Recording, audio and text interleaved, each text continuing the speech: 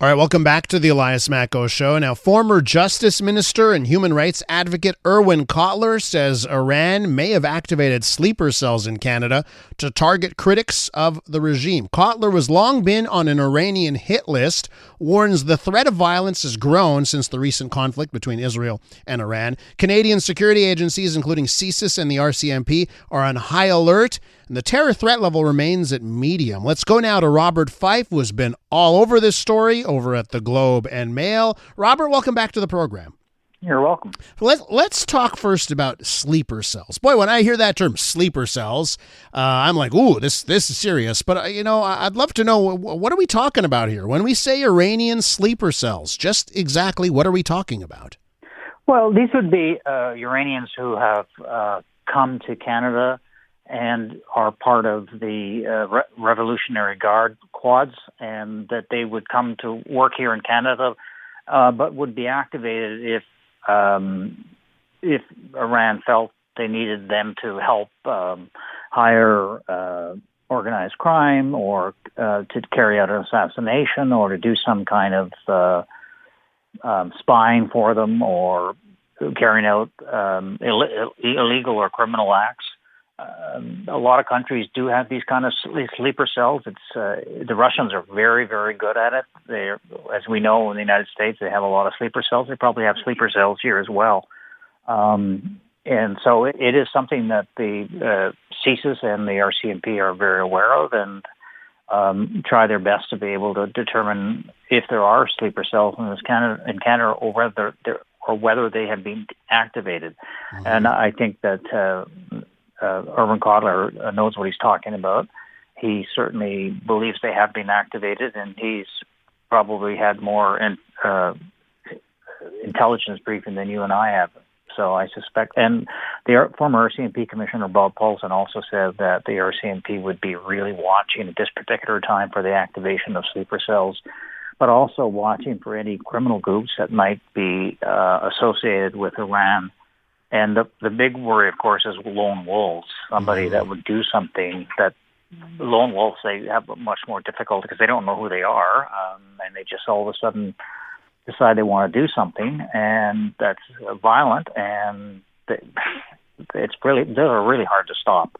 And when we say activated, we mean to the extent that they would go down the path of an assassination attempt in this country of a critic or some other official? Correct. Jeez. Or a bombing or something like that. Now, do you think that, looking at how the United States bombed Iran, there was a retaliation, but it seems like now, okay, that's now done with. Has that changed anything in the last couple of days?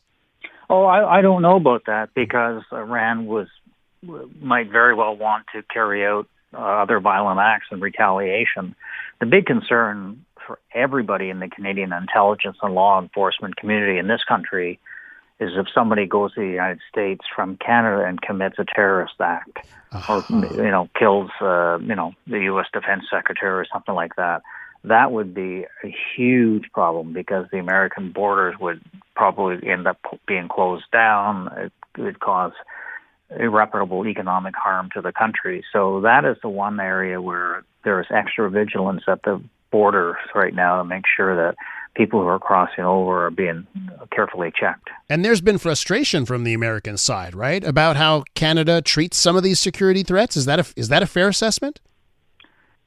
Yeah, I don't know whether that's true. I mean, the CSIS and the RCMP and the Canada Border Security, and in fact our national defense, there's a great deal of cooperation with them. There's a lot of sharing of intelligence. It's not like Mexico where you have corrupt cops, and so you have to be careful what you share with the Mexicans, because they may be in the employ of the cartels. In Canada, we have generally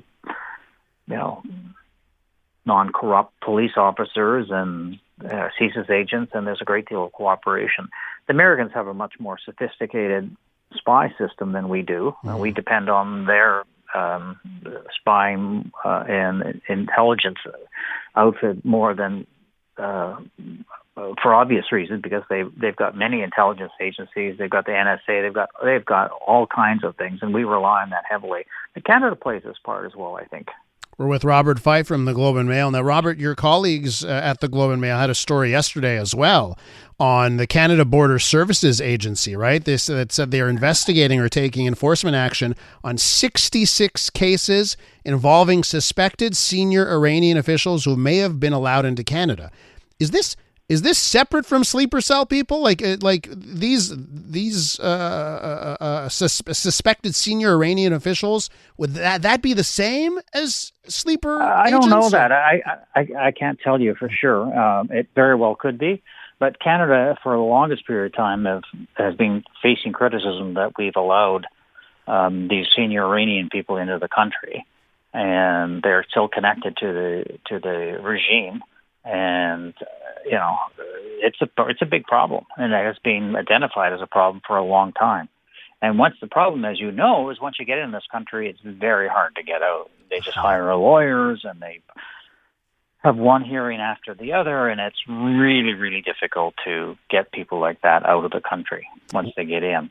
What have you heard about? Yeah, sorry, finish your thought. No, I just think we need to be much more vigilant on this sort of stuff when they come from some of these countries. So on vigilance here, what are some of the steps that you're hearing that Canadian authorities are now taking in light of the fact that there may be these sleeper cells that have been activated?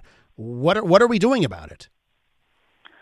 Well, they haven't actually sat down with me to tell me, so I don't know what they're doing. But I imagine that they are, using our spy service, the NSA from the United States, but also any of our electronic surveillance stuff, talking to people in the communities about people that they may have suspicions on, that kind of stuff. This is not my area of expertise, so I'm some ways would only be guessing. Let's bring it back to how we started in talking about Irwin Cotler, right, the former justice minister. Why is he so high up the list? Why is he such a target for Iran? Well, because he's not only one of Canada's most outspoken human rights activists, but he's also has global reach. I mean, he's highly, highly respected. Not only because he was a former Liberal justice minister, but for decades he had been leading human rights cases for people who have been imprisoned all over the world. And he's been a very, very strong critic of the Iranian regime. And it's not just, his criticism isn't just in Canada. When he speaks, it's something that's echoed around the world. He also happens to be Jewish. But he has been targeted, and he had very close protection. I mean, we're talking serious close protection, 24/7, because there was real concern that they were going to try to kill him. Robert, listen, we'll leave it there, and I've heard those security concerns for Mr. Cotler. I want to thank you for coming on and talking to us about this. Appreciate it. Bye. That's Robert Fife, Ottawa bureau chief for the Globe and Mail.